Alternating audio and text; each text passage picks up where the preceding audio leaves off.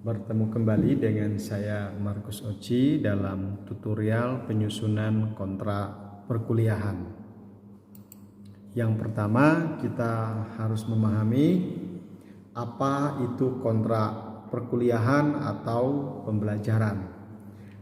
Kontrak adalah kesepakatan yang mengikat antara sesuatu lembaga atau perseorangan dengan lembaga yang lainnya.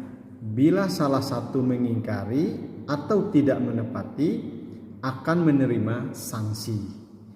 Sedangkan pembelajaran adalah suatu interaksi antara komponen-komponen dalam pembelajaran, yaitu kompetensi, kurikulum, sarana prasarana, lingkungan belajar, dosen, mahasiswa, kemudian pengelolaan pembelajaran yang efektif untuk mencapai tujuan atau kompetensi dari pembelajaran itu. Apa itu kontrak perkuliahan? Dalam konteks perkuliahan, yang pertama adalah kesepakatan yang mengikat antara dosen dan mahasiswa mengenai berbagai aspek pembelajaran melalui interaksi dan pengelolaan pembelajaran secara efektif dengan sanksi secara edukatif. Artinya di dalam kontrak ada kesepakatan bersama. Jika salah satu yang mengingkari, baik itu dosen dan mahasiswa, harus ada sanksinya. Sanksi dalam hal ini adalah barangkali sesuai dengan kesepakatan yang sudah dibuat. Kemudian kontrak perkuliahan adalah rancangan perkuliahan yang disepakati bersama antara dosen dan mahasiswa. Kontrak perkuliahan disusun oleh dosen yang lebih memahami apa yang diperlukan oleh mahasiswa dalam mata kuliah tersebut, yaitu yang sesuai dengan tuntutan kebutuhan kurikulum program studi yang diikuti oleh mahasiswa. Kemudian kita melihat rasionalnya, artinya bahwa masih terdapat dosen yang tidak mengungkapkan perencanaan pembelajaran RPS kepada mahasiswa. Kemudian, mahasiswa tidak berani bertanya tentang skop, materi maupun strategi dalam perkuliahan atau pembelajaran. Kemudian, mencari kesepakatan bersama antara dosen dan mahasiswa dalam pembelajaran. Itulah yang menjadi rasional kenapa kontrak itu perlu diadakan, sekalipun sudah ada, yaitu rencana pembelajaran semester. Nah, kemudian tujuan dari kontrak perkuliahan yang pertama adalah mengembangkan kolaborasi dosen dan mahasiswa dalam proses kegiatan belajar mengajar.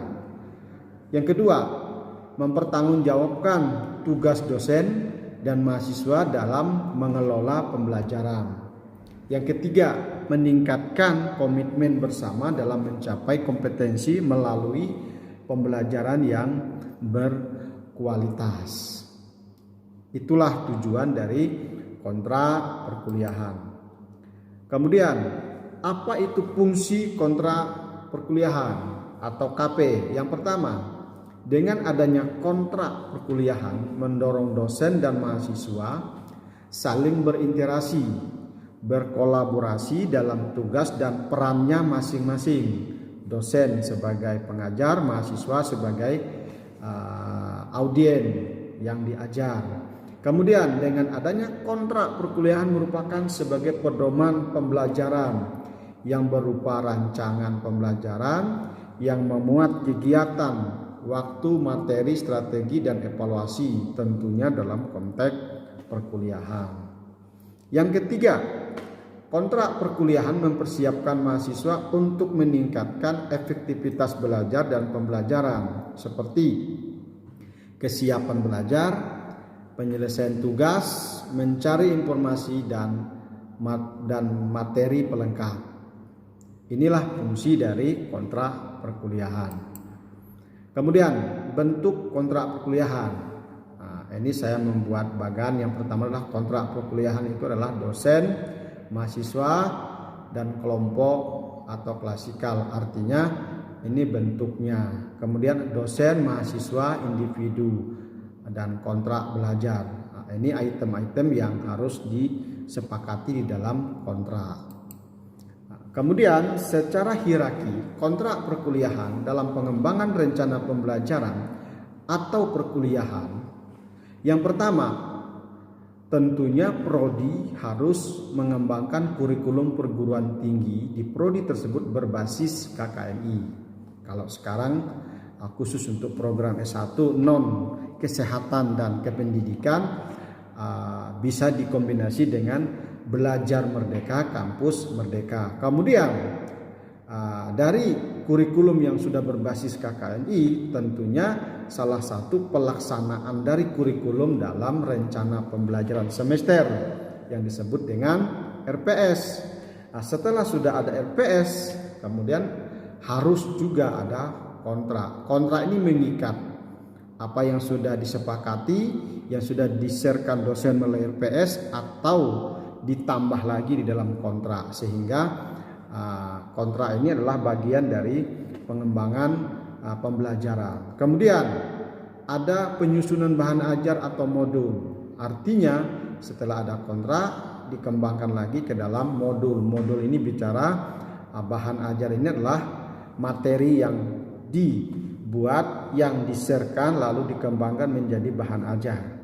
Nah, kemudian selanjutnya adalah proses perkuliahan yang disebut dengan KBM atau pembelajaran. Ini adalah secara hierarki bahwa kontrak perkuliahan, artinya kontrak perkuliahan bagian dari proses kegiatan belajar mengajar yang harus disiapkan secara administratif oleh dosen yang bersangkutan.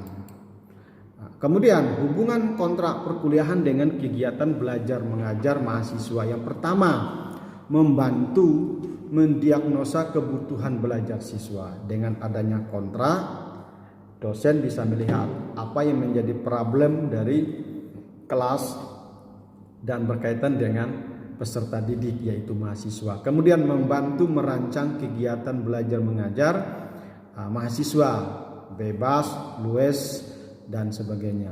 Mendorong mahasiswa mencari informasi-informasi berkaitan dengan referensi. Kemudian memberi kebebasan memilih bahan ajar, cara belajar yang tepat. Artinya memberi kebebasan ini adalah berbicara bahwa mahasiswa bebas mencari bahan, tidak terikat kepada apa yang sudah disampaikan dalam RPS, tetapi juga bisa mengembangkan melalui literatur-literatur lain, tentunya berkaitan dengan materi yang diajar. Kemudian mendorong berlatih evaluasi diri. Dengan adanya kontrak, kesepakatan antara dosen dengan mahasiswa, tentunya di pihak dosen harus disiplin, demikian juga dengan mahasiswa. Dengan ini mahasiswa berlatih untuk berdisiplin dan sebagainya, termasuk mengevaluasi diri dalam mengikuti kegiatan belajar mengajar, baik kehadiran maupun mengerjakan tugas-tugas. Kemudian mendukung pencapaian kompetensi melalui pendekatan pembelajaran student centered learning, artinya bahwa pembelajaran itu harus berpusat kepada prosesnya, yang disebut dengan istilahnya SCL. Kemudian komponen-komponen dalam kontrak perkuliahan terdiri dari yang pertama adalah satu, identitas mata kuliah, kedua, manfaat mata kuliah, ketiga, deskripsi mata kuliah, keempat, capaian pembelajaran, dan kelima, kemampuan akhir, keenam, strategi dan metode pembelajaran, ketujuh, pokok pembahasan, kedelapan, referensi atau bahan bacaan, bahan ajar, kemudian tugas-tugas, yang ke-10 kriteria penilaian, yang ke-11 jadwal perkuliahan atau pembelajaran, yang ke-12 adalah konsekuensi kesepakatan atau perjanjian. Ini adalah komponen-komponen yang ada di dalam kontrak perkuliahan. Kita akan melihat template dari kontrak perkuliahan atau KP. Ini saya mendesain dengan pola yang sederhana. Pertama, logo perguruan tinggi STT, sekolah tinggi, program studi, ini kontrak. perkuliahan, ini identitas, ada item-item ini yang diisi oleh dosen. Kemudian ada manfaat mata kuliah, ini penjelasan narasinya. Kemudian ini adalah deskripsi mata kuliah, penjelasannya. Kemudian item ini adalah capaian pembelajaran CP dan kemampuan akhir yang akan dicapai dalam mata kuliah tersebut. Kemudian ada strategi dan metode pembelajaran. Kemudian di sini adalah metode pembelajaran. Setelah itu ada pokok pembahasan. Saya membuat dengan hierarki dimulai dari hakikat filsafat pendidikan, subjek objek filsafat pendidikan, dan seterusnya. Kemudian ada bahan referensi. Saya menggunakan dua istilah di sini, wajib dan pendukung. Buku wajib adalah wajib dibaca, wajib dimiliki oleh setiap peserta didik. Sedangkan pendukung hanya mendukung, tetapi bila perlu miliki juga buku ini, artinya membeli. Kemudian ini tugas-tugas, ada beberapa tugas yang dikerjakan oleh mahasiswa. Kemudian ini kriteria penilaian, ada beberapa item yang saya masukkan di sini. Selanjutnya ada rubrik yang harus dilaksanakan, dikerjakan oleh mahasiswa. Ada dua rubrik, yaitu lapor bacaan dan presentasi. Kemudian ada peraturan atau tata tertib dalam kelas yang diikuti oleh mahasiswa yang mengikat, baik itu mahasiswa dan juga termasuk dosennya. Item ini harus benar-benar dilaksanakan, tidak hanya sebatas ditulis untuk meramaikan kontrak. Kemudian ini adalah jadwal perkuliahan. Kemudian ini adalah metode atau kegiatan belajar mengajar. Kemudian ini adalah lain-lain. Hal ini adalah yang mengikat. Ada kesepakatan. Di sini ada dosen pengampu. Kemudian ini mahasiswa, dan ini diketahui oleh program studi. Dengan adanya kesepakatan ini artinya apabila di kemudian hari baik itu dosen mahasiswa melanggar, tentunya ada akibatnya. Akibatnya apa? Bisa nilainya dikurang, dan bisa kalau dia sampai 4 kali, 3 kali tidak masuk akan dinyatakan didiskualifikasi. Artinya ini adalah contoh dari kontrak perkuliahan. Ya, cukup sampai di sini Bapak Ibu, kiranya menjadi berkat. Tuhan Yesus memberkati.